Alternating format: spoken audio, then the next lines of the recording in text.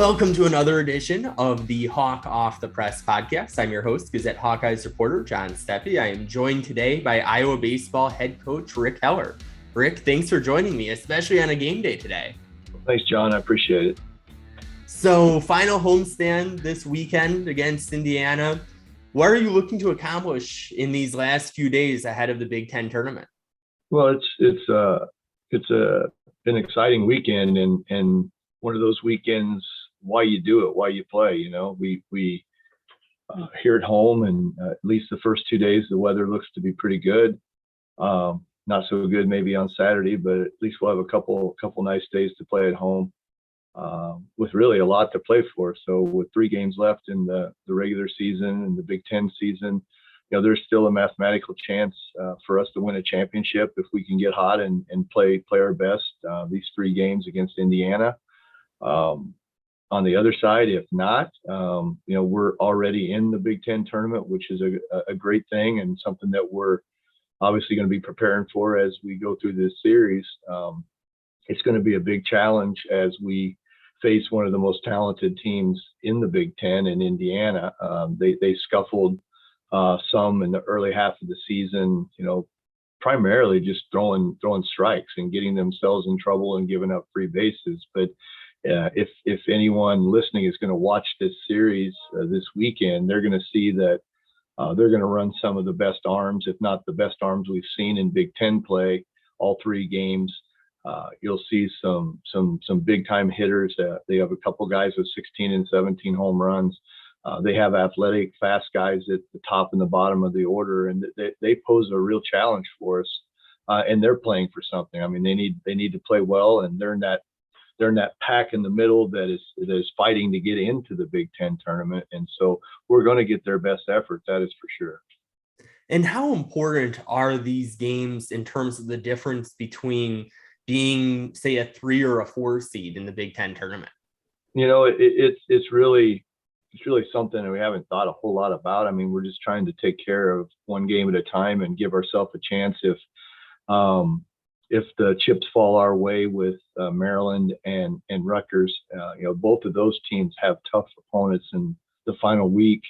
You know, Maryland goes to Purdue, which is not an easy place to play, and Rutgers goes to Michigan, which is not an easy place to play. And then Illinois, who we're tied with, has to go to Penn State. So all 3 of those teams are on the road, and anything can happen, as you know, in a road series, especially when all the teams in that mix are playing for something. So our primary focus is just each pitch really being our best and getting our minds right and being in an attack mode, being in an aggressive mode, and not going out and playing tight or anything like that. We're really trying to focus on being loose and being our best and let the chips fall where they may. And wherever we end up, we know, you know, that's the thing about this league is that whoever you play, whether you're the 1st seed or the 4th seed, the team you draw is going to have a Friday night starter that's good enough to beat you if you don't play well. And so, you know, I'm not even sure if there's a team that I would rather play in that group. And quite frankly, we don't even know who's going to be in the group. You know, the one thing, John, I didn't mention is that there's a lot of other stuff outside the diamond going on this weekend that makes it, you know, hopefully not a distraction, but it's going on nonetheless. You know, we have our big golf outing tomorrow morning, which is a big fundraiser for the program, teeing off at 9:00 at Finkbine. And then tomorrow night, we will host we will honor the 1972 World Series team before the game. It's their 50th anniversary. We have fireworks after the game tomorrow night, and then Saturday will be Alumni Day and Parents Day, along with our Senior Day, where we'll honor our senior players and their families and our managers and their families. And then it's an odd end to the regular season where we're going to have to play an 8:02 start Saturday because of ESPNU picking the game up. So it'll be a nationally televised game. So just a lot going on here in Iowa City with the baseball program. And that 8:02 start, that's a little unusual there. That has to kind of throw off the rhythm a little bit. Not something that Coach Mercer or myself was really a big fan of. But really, what do? You can't turn down a nationally televised game for your program. But unfortunately, the weather looks like it could be in the 40s with 20-mile-an-hour north winds. So that's not anything anybody would want on the last day of the regular season, especially since we finally got some warm weather here the last 10 days, and after maybe one of the coldest, windiest springs we've ever played in. And so it looks like it's going to be a little chilly on Saturday, but at the end of the day, it is what it is, and we'll have to do the best we can with it. And then, hey, depending on where you finish, I mean, you might have to play the 9:00 start in the Big Ten tournament. So maybe that could be good preparation there. Yeah, it could be. It could be for sure. So then this probably was a little bit of an understatement, but pitching certainly seems to be a strength this year for you. What's been the key to that group's success? Well, the guys who are doing well have really done a nice job of just pounding the strike zone and working ahead and dictating the count. And that's so important. If you're going to give yourself and your team a chance to win, is not constantly falling behind. And in the days that we have had problems, that has been the problem. It's been falling behind in the count or not being able to command secondary pitches in fastball counts. And I would say that we've done an exceptional job over the course of the year of really, being able to throw secondary pitches in fastball counts and not feed good hitters fastballs where they could do damage. And if you look through, our record and our stats, I mean, that's to me the biggest reason that we've had a lot of success on the mound. We've had a few blips in the radar here the last 3 weeks with starters in either game 2 or game 3, be it either having a bad start and having to go out of the game extremely early, like the first or second inning, which is kind of rare. But then baseball is such a strange game. I mean, sometimes it's the opponent. We played Michigan State on Sunday, and I don't think it would have mattered if Nolan Ryan was pitching in the second inning. It was just one of those weird deals where they get 8 hits in the second inning. I mean, the odds of that are astronomical. And it was just, there were some hard hit balls, but there was just any contact they made found a hole. And that's the unique and crazy thing about our game. Sometimes it just doesn't matter what you do, but we're hoping this weekend that we can get 3 quality starts and give ourselves a chance to give the ball to the bullpen with a close game or a lead. We've fallen behind in 3 of our losses the last 3 weeks and really had to try to fight back and didn't have enough in the tank to do that. But for the most part, though, especially our Friday starter, Adam Mazur, has just been phenomenal. He leads the league in ERA. He leads the league in several pitching categories. The staff itself has struck out well over 500 batters this season, which is a new school record. Adam's numbers are equal to, if not better than, Trenton Wallace last year, who was the Big Ten Pitcher of the Year. So, I mean, there's some talented pitchers in our league this year that have put up good numbers, but barring anything crazy tonight in the Big Ten tournament, Adam's going to have a shot at that. At least, as far as the vote goes, I would think that he's going to get a lot of votes for Pitcher of the Year in the league. Yeah, and then guys like Ben Butel and Duncan Davitt have just done a phenomenal job out of the bullpen. And then Ty Langenberg has had a bad start here or there, but for the most part, he's been really consistent over the 14 weeks and has given us a chance to win most of the time. So give a lot of the credit to how hard our pitchers work and our pitching coach, Robin Lund, who does an amazing job. And then with having somebody like Adam at the front of your rotation, how helpful is that in postseason baseball where, you're going to face, as you were mentioning earlier, probably a pretty good Friday night starter in the Big Ten tournament? No, for sure. I mean, yeah, if you want to win the tournament, I mean, it's really tough to lose the first game and fight back through the losers bracket. So the first game is crucial, as is the second. Those first 2, if you can find a way to win the first 2 games, you put yourself in a really good spot in the tournament setting. And we're going to have, as good a guy as there is out there for us. And that's a great feeling. And it seems like Brody Brecht has really turned down his ERA quite a bit from, I think is in the 4s earlier to now in the 2s. What's been the difference for him? Well, it's just throwing more strikes and working ahead in the count. If Brody gets ahead in the count and can throw his breaking ball, when he gets a hitter to 2 strikes, I mean it's lights out. The issue with Brody is just making sure that he is ahead in the count and can throw his secondary stuff for a strike, and he's done that much better the second half of the season. He's really trending upward, and we're in a position now where you can put Brody in some leverage situations late in the game, and you feel really confident that he's going to go out and get the job done. And that's a big jump for Brody at where he was at the beginning of the year till now. His command is much better. His confidence is good. He's in a good place mentally, and feel really good about his progress this season. I'm sure it helps that now he only has to focus on one sport for this one. Yeah, he did a nice job though. Through the spring ball portion of the season, he handled that really well. Actually, that was when the uptick or the trend to throw more strikes started to happen during that time. So he didn't let it affect him too much. And then from the hitting side, what do you think is the next step there?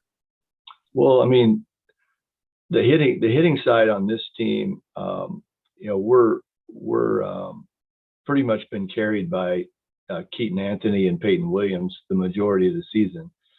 This team had to fight through a lot of stuff and still is fighting through a lot of stuff with injuries on the position player side.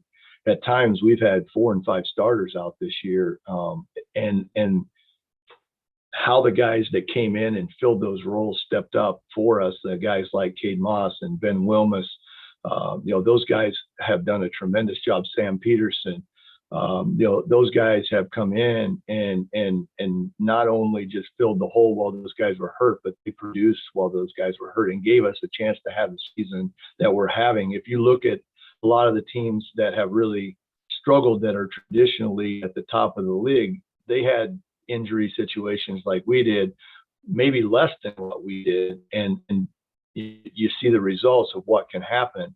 Our next man up mentality and just getting in there and figuring out a way to help the team, that mentality has really carried our team this season. And then having Peyton Williams and Keaton Anthony stay healthy to this point all season long, they're just 2 big forces in the middle of the lineup. We were without Isaiah Fillard for the first 6-7 weeks of the season, and he broke a hamate bone right before the season started, had to have surgery to take it out. I mean, that was a big blow to our offense. And then Ty Snep, who's one of the better hitters in the league, hasn't played at all this season. I mean, a few at-bats early as he tried to fight through a back injury, and he would have been the starting catcher. So those are tough injuries to overcome. And we kept our head above water throughout February and March with those injury situations. And then, once we started to get Isaiah back and some other guys back healthy in April, we kind of started to roll. Right now we're looking at, I think we've won 7 out of our last 8 series, and we're pretty healthy. I mean, we still have a couple guys that are out that were key guys. Will Mulfler was one of those guys who came in and gave us a big spark and was swinging the bat well, and he was playing right field. And then Will ran into the wall and separated his shoulder in the Purdue series, so he's been out since then. And Andy Nelson is out, and Brendan Scher is kind of limping through the final series with a bad hamstring, but he's going to play tonight. So with that being said, the consistency with Peyton and Keaton, they put up, all conference years, possible player of the year type numbers for both of those guys. And they're both, Keaton's over 20 doubles. He had 21 doubles, and he's getting close to the school record. Both of them have 12 or 13 home runs. Peyton's in the upper teens in doubles. I would say that if it was a normal spring where, we had a variance of kind of warm days and cold days, whereas this spring it was primarily all cold and the wind blowing in. I think I counted 23 out of 25 games where the wind blew in. Peyton and Keaton would probably both be over 20 home runs, if we'd have played in normal conditions that you have in the spring. But both of those guys have been outstanding. And then we're trying to do the best job we can of scrapping and fighting at the top and the bottom of the order to get on base for those guys. I guess you need to buy your lottery ticket so you can pay for a dome. Yeah, that'd be nice. Or just move the season back and start in April. That would probably solve it too. Probably a cheaper option there. Yeah. So if obviously there's a lot to go between now and then, but what would be your pitch right now to be an at-large team in the NCAAs? Well, I think that the committee needs to throw out the RPI with certain teams in certain parts of the country, certain regions. I mean, not throw it out. I mean, it needs to be a factor, but to take a logical look at the situation and why certain teams RPI is where it is compared to other teams. I would argue that there are teams in the South that have top 20 RPIs who, if they were in the Big Ten, they'd be 130 or 140 just based on who they would have to play regionally during the midweek games. If you look at our schedule and look at our situation, we were without some of our best players the first 6 weeks of the season. Our number 2 starter went down in week 2. Adam Mazer was hurt, but pitched through it for after week 3. He didn't get healthy again until almost the second week of April. But take a look at our body of work, how we fought through it, even with some really major injury situations, and didn't get beat up. We still won games and kept a winning record the entire time. We played a tough early season schedule. We've won 7 out of our 8 series. I just think that if you look at the teams that we split with Texas Tech, to me, if you look, and then we have a frontline starter on Friday night that can beat anybody in the country. I think if you look at all those factors and just throw out strictly the RPI, we should bump ahead of some teams if they look at the entire picture and the body of work. And that's what you hope that the committee will do. And then with the bid going out for the latest phase of the renovation of Duane Banks Field, how much of an impact will that have on the program? Oh, it'll be huge. I mean, it's been needed for years and years and years. There were some things that popped up during my career here that held us back, that were, uncontrollable. Things happened. COVID happened. And we're to a point now where, Scott Brickman, who is our foundation rep, who works with me hand in hand in raising the money, he's done an amazing job. This past year, we've really got a lot of guys that stepped up to help us, and it just has to get done, and we're really close. It will get done. We're going to get it done, and if it stays on schedule, we'll be breaking ground about this time next year, and hopefully we'll be playing in the new stadium in 24. It's really exciting because I know what it will do for us from a recruiting standpoint.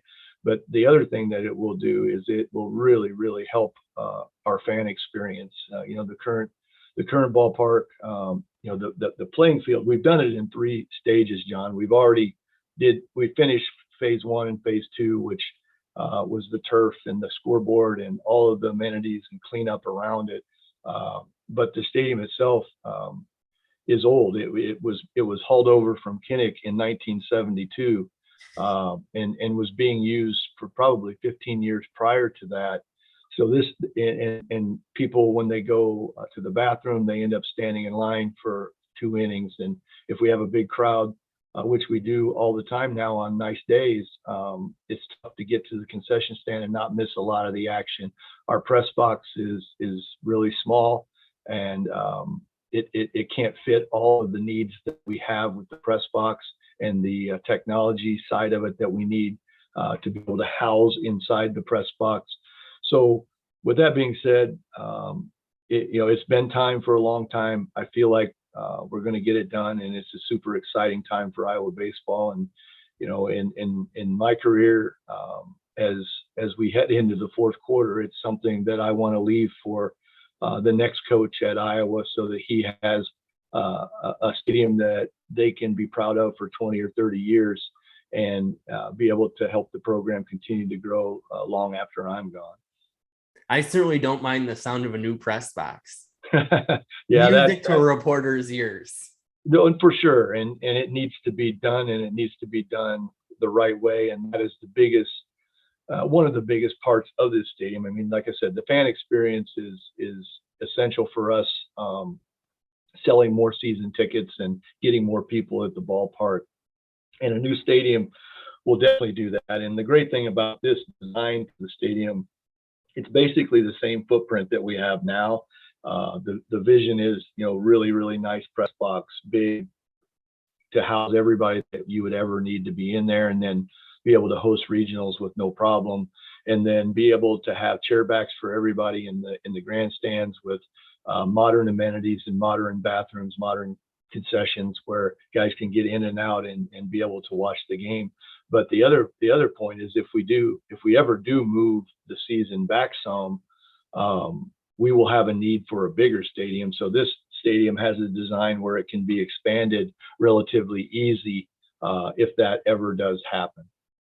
Oh, wow. So even with the expanded seating that's already in the project plans, it could expand even more. Yeah, we could extend down our lines and get it to 5 or 6 or 7 pretty easily, as far as 5 or 6, 7,000 people if we needed to, because I think that if we ever did move the season back, and we played into the summer, once the weather's warm, I think we would have a need for that. I saw what it did at Nebraska when they had an old stadium similar to ours.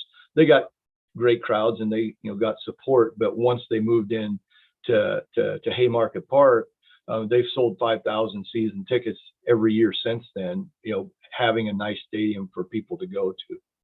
I'm sure you wouldn't mind 5,000. No, and I know there are weekends when we would have that, and this might be one of them. When we get warm weather, we generally come close to selling out. I believe that the reason that a lot of people stay home is because of the tight fit in the stands. It was built in an era where they didn't leave you much room in between seats. That will be expanded in the new stadium, and it'll be a much more comfortable situation for people to come. It'll be better equipped for handicap accessibility, and it'll just be a way better experience. It'll be easier to get into and get out of. And I just think that once that's done, number one, people will come out to see it. And if they have a great experience while they're there, they're going to come back. And that's really what happened, with Nebraska. I mean, the first year, everybody was so excited to go to a big modern stadium and then they had fun and they had a great time, and everything was done the right way. Boom, it blew up, and they have to basically stop selling season tickets so they can have walk-up tickets. Oh, wow. Good problem to have there. Yeah. And I really believe that we can do that here, especially if, if the season moves back. It's definitely going to happen. But as you well know, John, the weather dictates a lot of our crowds, and for us to maximize that, some springs you're going to have in your favor where you get a lot of nice days in April, but there are other springs where, like this one, where we don't, and you have very few nice days. But even on the days when it was cold and fairly miserable, we were getting over 1,000 people at the games. And then you've had a mix of different Iowa athletes from other sports throwing out first pitches. Have you been paying much attention to those? Oh yeah, that's something that we talked about prior to the season, and our marketing guys have done a really good job, and it's something that I really like, and I think it adds a nice touch to it, and it gives us a chance to honor the great athletes and coaches in the other sports here at Iowa, which we have so many right now. It's amazing. Any tips to Monica Snano after her first pitch? Well, I told Monica before she went out there to throw it hard. If you're going to miss, at least you want to throw it hard. And she threw it hard. Maybe she listened a little too much to that. Yeah, maybe. There was no fear, and that's what I like. There was no fear. She didn't baby it. Well, Rick, thanks for joining me. All right. Thanks, John, for having me. I appreciate it. And thanks to our listeners for tuning into another episode. Until next time, we will talk Hawks later.